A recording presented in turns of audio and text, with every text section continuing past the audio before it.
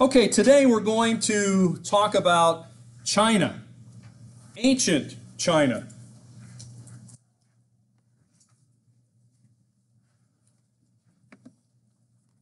This population figure I've put up here is probably wrong. I'm sure it's wrong because it's from a few years ago. I'm sure they have more people than that today. But we're talking about ancient China, not modern China. So that's why I don't get too nervous about it. But there are millions and millions of square miles. So the modern China is about the size of the U.S., but approximately 1/5 of all the people in the world live in China. And by the way, most of them live along the coast. So, if you go from like Beijing area down here, say within a couple hundred miles of the coast, they're not living out in here. Out in here is desert, some remote mountains. They're living here. So you take 1/5 of the world's population and you sort of put it right along the coastline of modern China. And you get the idea that this is an area that is packed with people. 3/4 of them live in the eastern 1/3 of the country. Okay? Now I tell you this just to show you that China today obviously is in the news a lot. China today is an important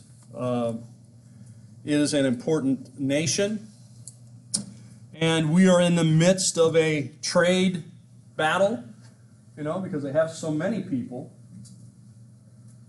For example, I saw some program a couple years ago, and it's talking about how many Western companies are going to China. They pretty much saturated the United States. For example, Doritos, right? The people who make Doritos figure they're probably not going to get you to eat too many more Doritos than you're already eating. Maybe a little bit. But if they could just get 1% of the Chinese people to eat Doritos, just imagine how many Doritos they would sell. And it's that way for everything, right? No matter what what product you're thinking about, you just get 1%, 2% to buy your product in China. Tremendous possibility for growth if you're trying to sell stuff. Whereas here in the United States, they have to work really hard to get 1% more of people to buy Doritos because people have probably already tried them and decided they either like them or they don't. Yeah. Oh, I thought she'd, okay. All right. Well, anyway, most of the good farmland is in the east as well. Like I said, out here further west, it's dry. There are even desert-like regions. There are mountains. So this means if you're going to feed all the people of China, you're going to have to feed them along these areas. And so what that means for us in ancient China, you can see some large river systems here. And as we've already been studying, I hope you remember, is that mostly ancient civilizations take place along rivers, right? The Tigris, the Euphrates, the Nile, the Indus, and it's going to be the same here in China. So that is similar. Why do people choose river areas to live? You tell me. Why do you think they would? They flood. What's that? They flood.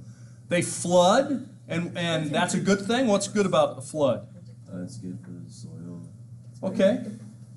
What's that? It can predict it, like an idea of when it occurs. Especially if it's predictable flooding. That's really good. Tigris, Euphrates, not as predictable as, say, the Nile or the Indus. But yes. Yes. Yeah, go ahead. Natural harbors? Harbors, yeah, transportation. So a river's good for transportation. A river's good to spread fertile silt or whatever you want to call it from the flood, right? Obviously, irrigation. I mean, you got water right there. You got to have water for plants to grow.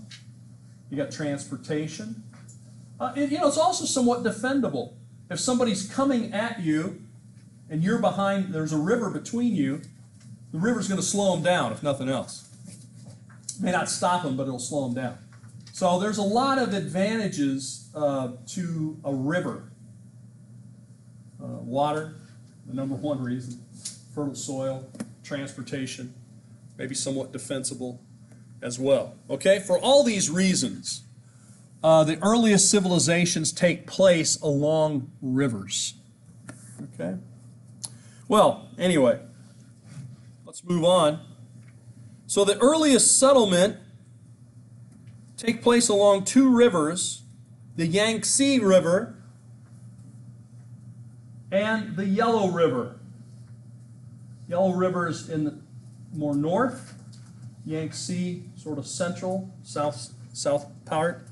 And it's in these areas that we see, obviously, where most people will first live along rivers. And again, the Yellow River, or the Huanghe, I will try to approximate Chinese. I'm not very good at pronouncing it, but like I told you before, part of the problem with world history, like I said, is not that I think it's that much more difficult, say, than U.S. history, but it's just unfamiliar.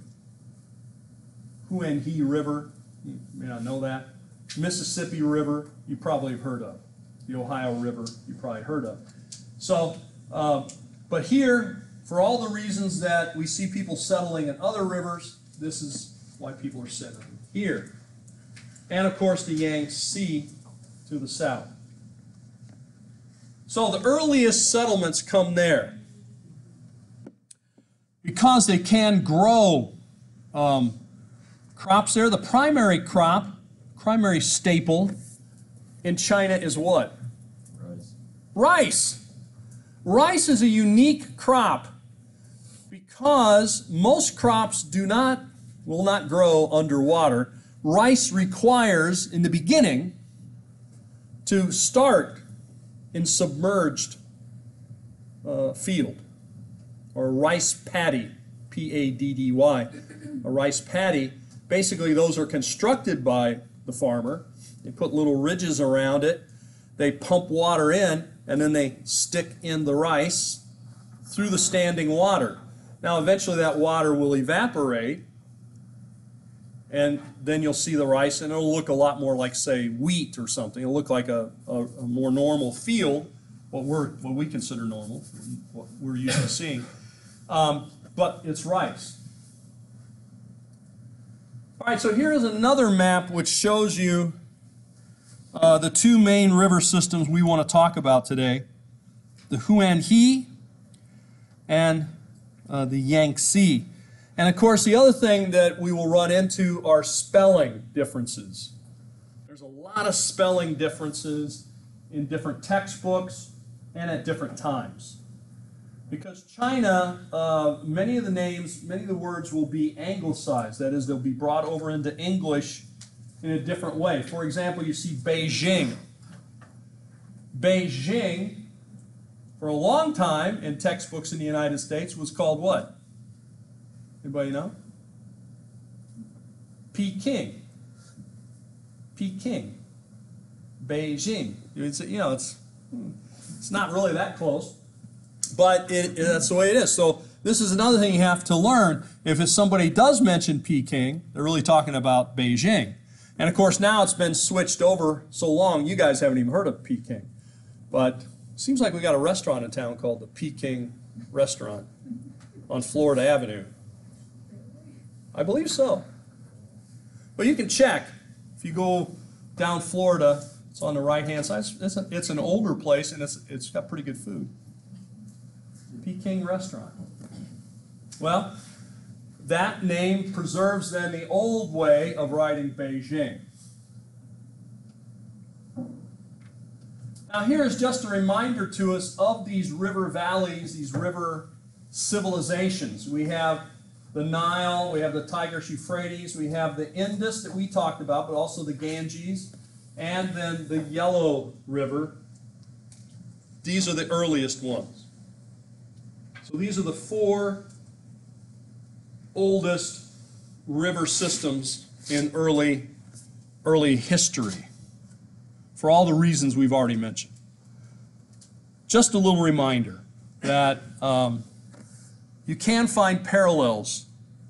You know, while India and India and Egypt and China have lots of major differences, they do have the one thing that unifies them. They all began along rivers. So there are three main regions.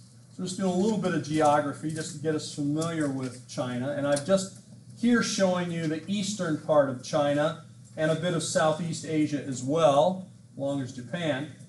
And I'm just, you know, putting three circles to show you basically the three regions that typically the history and the area gets divided up into.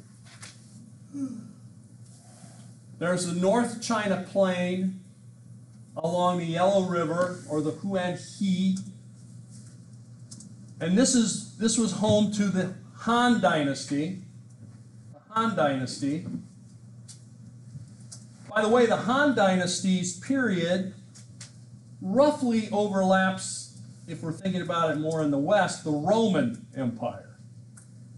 So there are trade connections between the Han Dynasty and the Romans, and vice versa. South China along the Yangtze, or the Shangji. And then that's the Zhou Dynasty. And then what we might call outer China. We don't have Tibet on here. That would be way over here to the left of our map. And then up in the north, Mongolia and Tibet. It's only when China is the most powerful that they have controlled those territories. By the way, today, they control both of those territories because they're quite powerful today. They've controlled Tibet for a long time now, and some people have. I don't know. I haven't seen it around here, but I used to see bumper stickers said "Free Tibet," liberate it, you know, kind of thing. So, and so they still would want to be liberated, still want to be free. All right. So this is what we're talking about. So most of what we're going to talk about right now will happen in this red circle and this sort of purple circle here. But when China is powerful, they also extend their control over into the Korean Peninsula that you see here, and also down into Southeast Asia, especially into Vietnam. Okay? Yes? And my mom's from Taiwan, so like they don't. Well, she's from Taiwan. Yeah. Yes, Taiwan. Right here. Yeah, and in more modern times, of course, they had a revolution in China, right? Communist revolution, and the democratic government was basically driven out of mainland China to Taiwan after World War II. But that's way ahead of where we're at. And when the Japanese controlled Taiwan, they called it Formosa. Formosa. But still today, there is another government in Taiwan, a Chinese government. And the United States has been a close ally of Taiwan for many years. Some of our support has waned a bit as mainland China, we want to gain their favor, so we've kind of backed off of Taiwan. But part of the reason why Taiwan's still in existence is the United States is, over the years, many times has surrounded it with our naval vessels and things like that. So it is still an issue, and might well be an issue in the future. I'm sure it will be, Taiwan and China. But that's much later. That's 20th century on this side. We're going back centuries on the other side. All right, so there's yellow, there's the south, and there's part of outer China, Mongolia. All right. Any questions basic about the basic geography? It's just to get us thinking about, you know, an area that's really quite important in our world today. Certainly was quite important down through the ages, but not that familiar to us. I've only been to China once, and a lot of people don't go. It's kind of it's not easy to go to China. I mean, you know, it's not like saying, oh, I'm going to go to England. I'm going to go to China. Not only is it further away, but the process of being able to go is much more difficult to get a visa and so forth. Okay? All right, outer China that we talked about, outside of Chinese control, have been places like Tibet and in the north, Mongolia. Mongolia, for example, was inhabited by nomadic people. What do I mean when I say nomadic people? They move a lot? They're not a civilization. Yeah, They're yeah. they don't have cities or permanent settlements. Don't they kind of move where the animals move? A lot of times they're associated with different animals, like sheep, goats, things like that. In this case, maybe yaks. And camels. And camels, somewhat camels. Well, they would move from place to place according to the weather and the rainfall and the vegetation. But the other aspect of nomadic people is that often they are pretty fierce warriors because they are accustomed to taking what it is that they can't, that they don't have. If you're moving from place to place, let's say with animals like sheep and goats, you're not going to have things like metal weapons. They'll be hard to come by. So they will raid. They often will raid people who are in villages and towns and take what it is they don't have. Or hard for them to get. Also wives. They kidnap women quite often. I don't want to stereotype or oversimplify, but it's true. They will come into town, they will sometimes capture people, like women especially, take items that they don't normally have, take grain, because they're not going to stop and grow rice, but they certainly don't mind eating it. Right? All right, well, there you go. And so this will certainly be the case that China will have to deal with these nomadic people to the north. If you want to know why is the Great Wall of China there, that's why. It's to try to control these groups to the north that would come down and make raids. And Chinese had to deal with that for a long time, and that's why they built a giant wall. Now, in the period we're talking about right now, the wall wasn't quite as big, but they would build it, say, between two rivers, they build it between two set of mountains, and then it eventually was expanded further and further into what we now call the Great Wall of China. Now here is a map that shows us some of the cultures along the Yellow River. And I mainly put it up here so I can mention some of the crops like rice and millet. These are crops that we've not talked about yet because mostly it's been wheat and barley. You don't find wheat and barley here, but you do find rice and millet. Okay. Let's move on. So I want to take a look at a few of the dynasties here. In the time that we have left, we'll try to survey Chinese history. Let's see, we go for another, what do we got? 1:15, so yeah, we got about a half an hour. All right, that's a pretty good amount of time. All right, so here's the first one. The Qi dynasty, from roughly 2000 BC to 1523, so roughly 2000 to 1500, about 500 years of history under this dynasty. We don't know a lot about this one because it's very early. We don't have a lot of written records about it. Most of what we know is somewhat legendary.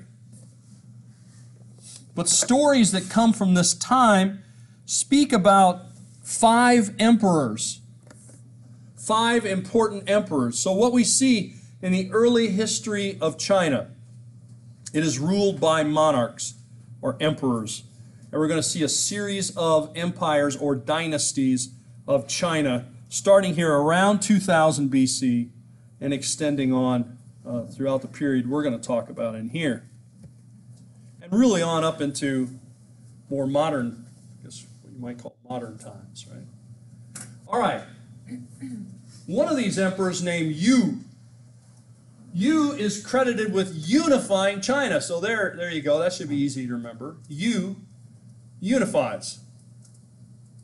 Because remember, China has different cultures, different people in different parts of it. And so what he's going to do is to begin to use persuasion and force to bring China under his control.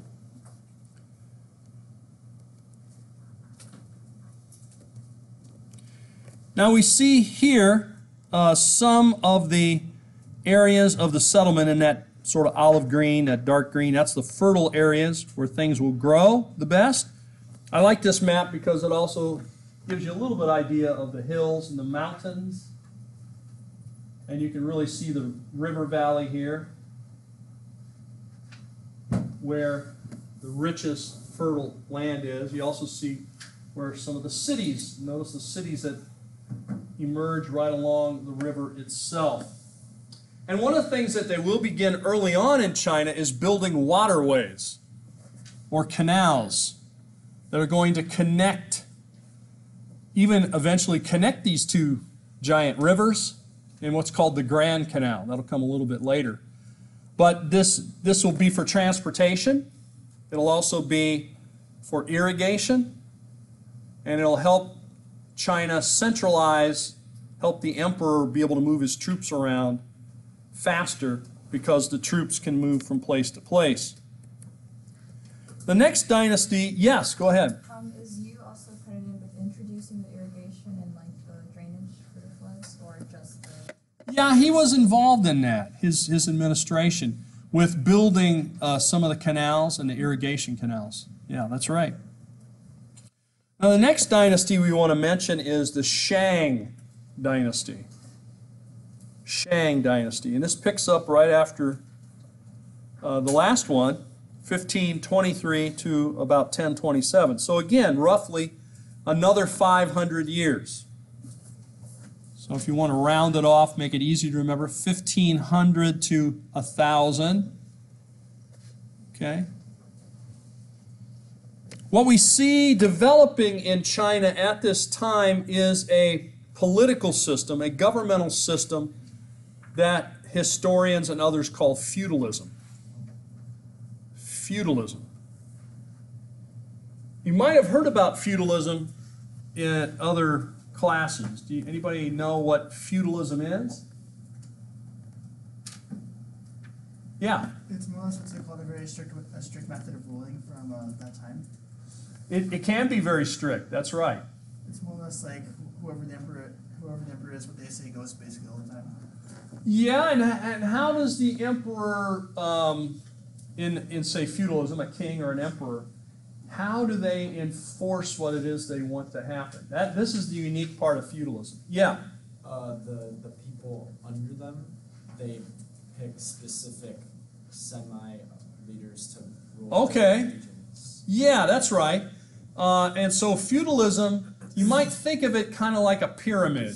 Decentralized social order. Yeah, you've got an emperor. Well, you've got a sort of emperor or king at the top, and kind of like what he was talking about. There will then be a next layer down. In different, like say in Europe, it'll be called dukes, something like that, right? And then the next layer down from that might be counts, knights, lords, and on down. So it's kind of like a pyramid. King or emperor at the top, then a layer of nobility, and then finally, warriors at the bottom. And what happens with feudalism is that you exchange, basically the idea here, if I'm the emperor, all the land is mine. All right? That's basically my claim.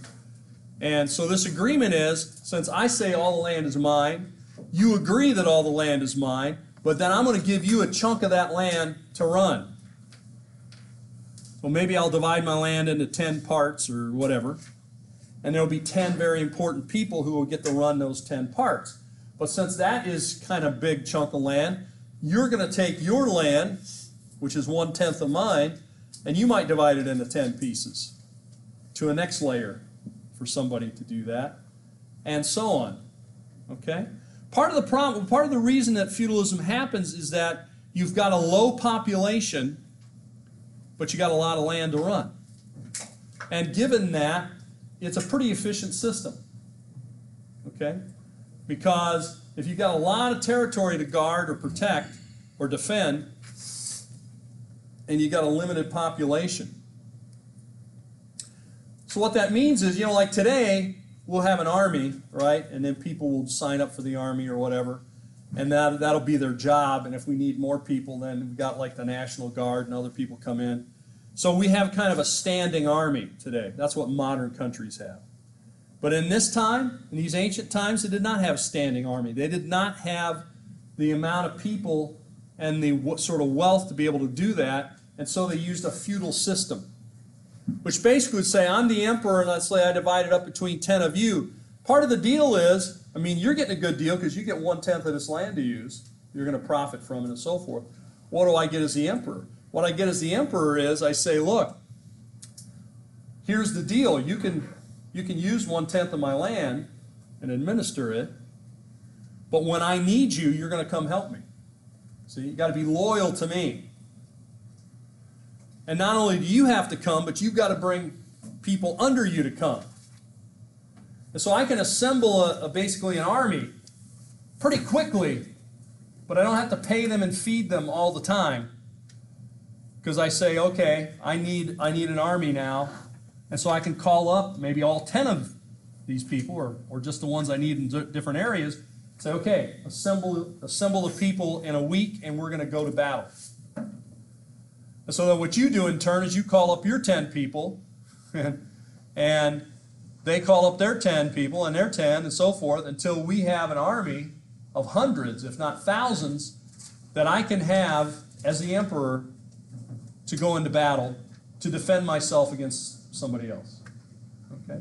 So it's a pretty good system as long as the emperor is strong. If the emperor starts to appear weak, what do you think happens? Everything is chaos.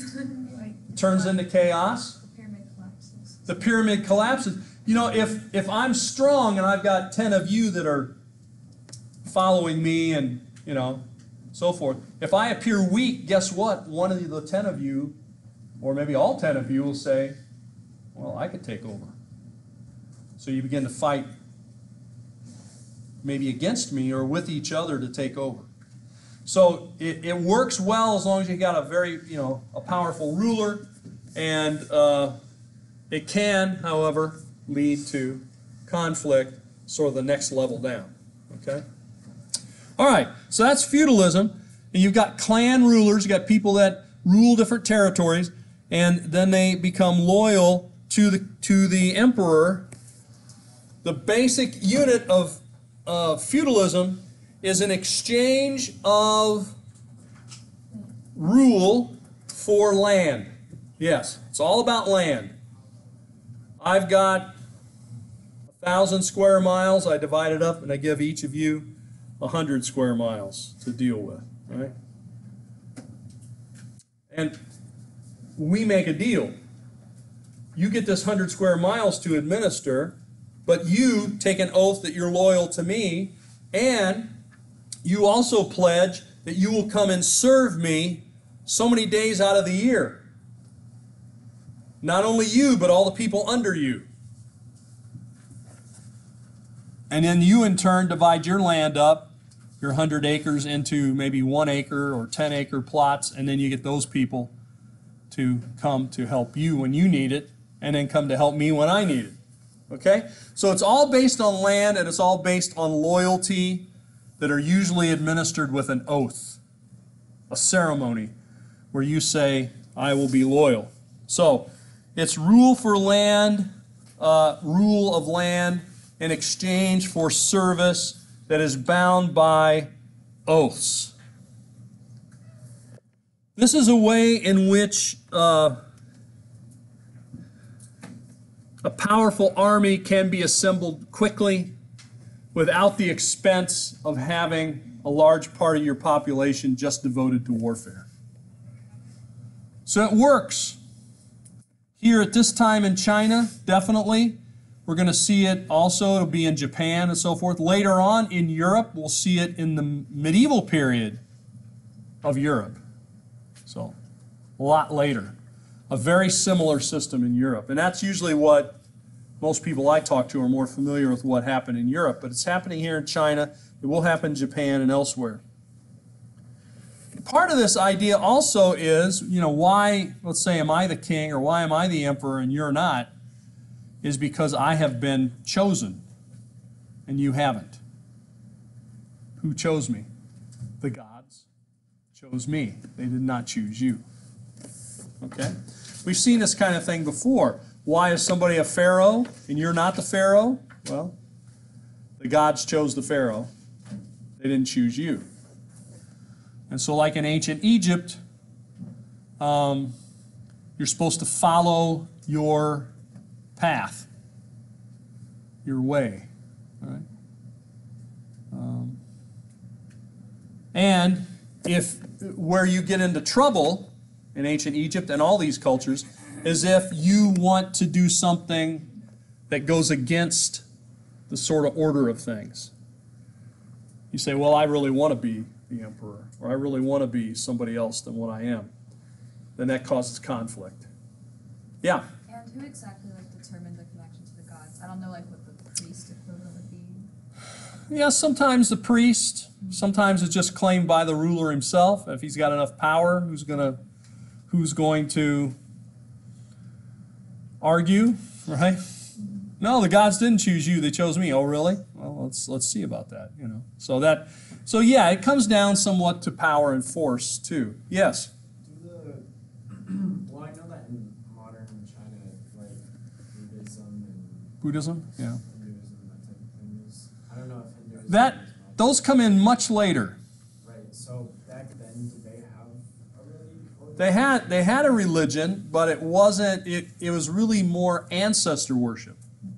Right. And I think, well, I don't know where it is in this. If we'll get to it today, if not today, we'll do it on Thursday. But they are more connected to their ancestors, going back about, say 7 generations. And so the idea is that your ancestors are sort of watching over you, observing you, perhaps even criticizing you. And therefore you're going to answer to them as well, but you have to do it for their honor. Okay? So yeah. So that's really, it's more ancestral and kind of an idea that of pantheism almost, that God is sort of everywhere, in everything.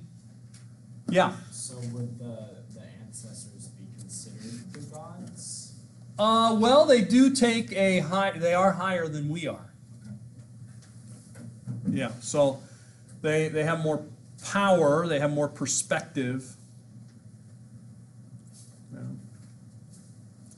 I don't know if you've had a strong grandmother. Just because she dies, don't think you're going to get away from what she wants you to do. She just might do stuff to you even after. Well, I don't know. Have you ever had relatives say that to you? I've had relatives kind of say that they'll come back from the grave and haunt you if you don't do what they want. Maybe you never heard that threat. That's probably best you haven't heard that. But I have heard that before. You better do, and when I die, if you don't do that, I'm going to come back and haunt you, and whatever, that kind of thing. So, it's kind of a, whoa, wait a minute, I don't really believe that, but, All right, okay? So it's that kind of thing. It's the influence of and the family. That's probably the one thing I really should stress, certainly within Chinese culture. The family is the most important thing. Far more than here in the West, where, your family is important, but there it's everything. And it's more than just like, say, mom, dad, and the kids. It's like an extended family. Cousins, uncles, okay? Clan, like a big group, okay? So, and that's your family. So when they would say, this is my family, they're not just meaning like 3 or 4 or 5 people. They mean hundreds of people are in my family. All right. Well, here is where the Shang have their strongholds. In the late period, you see this sort of darker, I don't know, what is that, brown, yellow? Again, near the river valleys. Now here's religion. You were just asking about religion. So that's good. I thought it was coming up, and here it is. Certainly the Chinese believe in many gods. They are polytheists. There are many, many gods. Poly meaning many, theos meaning God. Polytheistic means they worship many gods, especially nature gods. We'll find that this is in common with many of these early civilizations, is the importance of nature. And I think that's because, unlike us, these people are close to the earth. What do I mean by that? They are, we isolate ourselves quite a bit, a lot of people do, from the earth. We have a house, and we got heating and air conditioning, and we got water in there. You can live in your house, and, I guess you just have drones bring you food and drop it in your front yard. You won't have to go anywhere, right? You don't have to hardly ever go outside. Have people deliver everything to your door. The Amazon guy leaves it at the door, and all you got to do is reach out and pull it inside, and, you can eat your cookies that way or whatever he brought. But these people are very close to the earth. And when you're close to the earth, then you know how dependent you are upon the earth. See, we get isolated from that. If it doesn't rain somewhere and a crop fails, we don't worry too much about it. What does it mean? Well, our avocados get more expensive. To make our avocado, what is it people put it on their toast or something, right? Smash it on their bread. Oh, she likes that. Yeah. So what do you call that? Just avocado toast? Yep. Okay. Or salad. Or salad, yeah. So now avocados are more expensive. Why? Because they had some problems growing it. Well, what's the worst thing that's going to happen? You're going to pay more for your avocados. Maybe the avocados will disappear and you'll be sad, but you won't die, right? You'll have to switch over to asparagus or something. I don't know. Put that on your toast. Anyway, what I'm trying to say is these people get very close to the earth. They know, for example, that if I go out and plant this crop, it's a lot of work. I got to plow the field. I got to prepare the field. I got to put the crop in. I've got to nurture it. I got to let it grow. I got to let it come to fruition. Then I have to harvest it. And I have to, say if it's rice, I got to take it off the stalk. I got to beat it out of there and separate it from all the chaff and all that kind of stuff before I can put it in a pot and cook it. And if that doesn't work, if somewhere along the line that doesn't work, it's not just that the price of rice goes up for me. No, I die. Or my family dies. Potentially, they could die. Because this is what we eat. We eat this rice. And if this rice is not growing, we don't have a big reserve of rice. We can't go down to Publix and buy a bag. This is what we got. So, we're very concerned about the rain. We're very concerned about the weather. And if a big windstorm, like a hurricane or big comes and blows our crop away, we're concerned about the wind. So you can see why they're concerned about nature gods. The gods of rain and wind and storm and flood, right? Because it's tied to their crops, and to be honest, it's tied to their existence. Unlike the way I would say the majority of people in this room don't have to worry about that kind of thing, right? Even if you're farmers, it's going to mess up your economy, but you're probably not going to die. These people are probably going to die. It's likely if there's a famine. So they don't want that bad stuff to happen. Maybe when Dorian was out there a couple of weeks ago, you were probably paying a lot more attention to the weather. That's usually what gets our attention today. The only time that we really get our attention on the earth is when we got big trouble coming and we know it's coming, like a hurricane, tornado, flash floods and stuff. But a lot of those things we don't know when they're coming. That's a unique thing about a hurricane, is you know about it like 3 weeks in advance. You know about it so far in advance. In one way it's good, but in the other way it just... I was thinking about it. If let's say it would have been 100 years ago or so, people in Florida probably wouldn't have known much about that hurricane at all. Most people, they wouldn't have been worried about it. And it went on past us for the most part. And, but we got very worried about it because we knew how bad it was and we knew that it could be coming this way. See what I'm saying? So we now know more. And so we have more knowledge. In one way, that's good. We can get prepared. But in another way, then we worry about things. Well, maybe that's a symptom of our whole society. We have so much information that we can constantly be worrying about something. Because most of the news you hear is bad. You don't really hear much good news. There's a war here, there's a shooting here, somebody died here, something terrible happened here. That's what we hear about all the time. And I don't know if the world is a worse place today than it was 100 years ago. I kind of doubt it. In some ways, maybe it is. But I just think we know more about it. We hear about everything that happens. Whereas in the past, certainly in the distant past, 200 years, we wouldn't have heard. May have never heard. Certainly wouldn't hear about it instantaneously. Like the last time we met, I guess it wasn't this class, it was the one that was later in the afternoon. Some guy came up to me and said, during the class just ended, I'm packing my stuff up. He said, what are we going to do now because the hurricane's coming? I said, well, we have to wait and see. No, they canceled classes. I said, well, how do you know that? Oh, they sent me an email. So I know what he was doing in class. He was checking his email, right? But what I'm saying is we know things a lot more.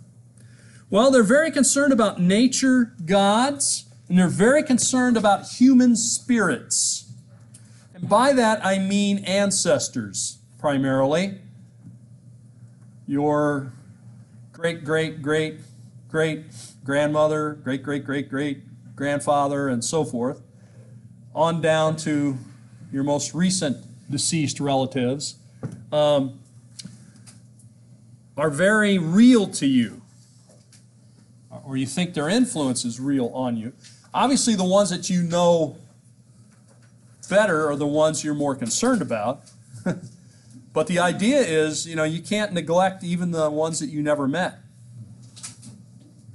Now, one of the things that comes a part of this mix of ancestor worship, human worship, nature gods, is trying to do divination. Do you know what I mean by divination? Yeah, what's divination? It's like when you're seeking prophecy by interpreting godlike signs. Oh, that's a good definition. That's like it came right out of your, no, just knew that one. Okay, good. Yeah, that's excellent. Yes, you're trying to figure out what the gods want. Now, here's the thing. We worship a God who is very stable, right? The same today, yesterday, and forever, yeah, right? But the gods of these people were not stable. You didn't know what they were going to do. One term that's used for that is capricious. That's a fancy word. Capricious, which means they'll just, do what they want, when they want. Just because they did it this way last week or last year or yesterday doesn't mean they're going to do it today the same way. Just because you did this and they approved doesn't mean they're going to approve of it tomorrow. So what does that mean? If you don't want the gods upset with you, you have to make sure you're doing what they want you to do, right? Doing their will. And you can't, and there will changes. Well, the way I look at it is, these ancient gods are a lot more like really powerful people. You can't always predict what a person, you know, let's say I'll even put your parents in there, right? If your parents are in a bad mood, and you go and ask them to do something that maybe you asked them the same thing a week ago, and they said, no problem, they're in a bad mood today, guess what they might say? No way. You're not doing that. Well, you know, last week, I don't care about last week. Right? Now, I'm sure your parents never say that kind of stuff to you. Everything's very nice. But what I'm saying is, that's the way people are. We're not always in the same mood. We're not always the same. That's the way these gods were. These gods changed. They changed. And we see you had to divine it. Here's one way that they divined it. That is, try to figure it out. They used bones, literally, and the bones had writing on it. They would toss the bones. They would cast the bones. And the way that the bones landed, you know, it's going to be at random, right? Or is it at random? No. It's going to tell us now. I mean, we do, you know, people use tea leaves or, what's that? I said it reminds me of the Magic 8 Ball. Yes, the Magic 8 Ball. You guys know about the Magic 8 Ball? Oh, you know about that one. You don't know about Mr. Rogers, but you know about the Magic 8 Ball. Well, the Magic 8 Ball, yeah. You kind of shake it up, and you say, Magic 8 Ball, am I going to meet the person of my dreams? And then you turn it over, and it comes up, and it says, no.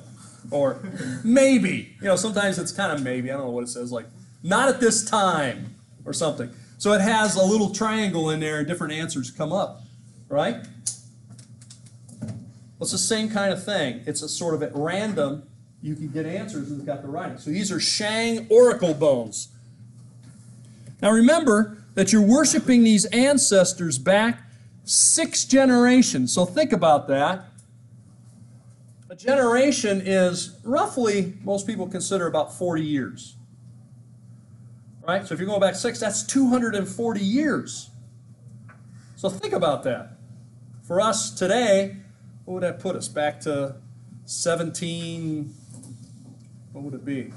Somebody help me out. 1780, something like that? It's about about 1800. Let's say about 1800. 1795. So that means you got to worry about your ancestors from all the way back to 1800. That's a long time. Right? 1780 to 2019. So that could be your great, great, great, great, great grandfather or grandmother. Because your grandparents are already one back, so yeah. Would it be every ancestor or only important ones? Well, take your chances. Yeah, probably, you know, you're probably worried most about the important ones, but as the further you get back, you're probably not going to hear as much about some of them. You'll probably hear more about the important ones. Yeah. Like in the movie Mulan, she honors her ancestors and goes to war. Oh, I don't know that movie, but that sounds like it. Yeah, go ahead. My parents were to die. Would that be that good generation of ancestors?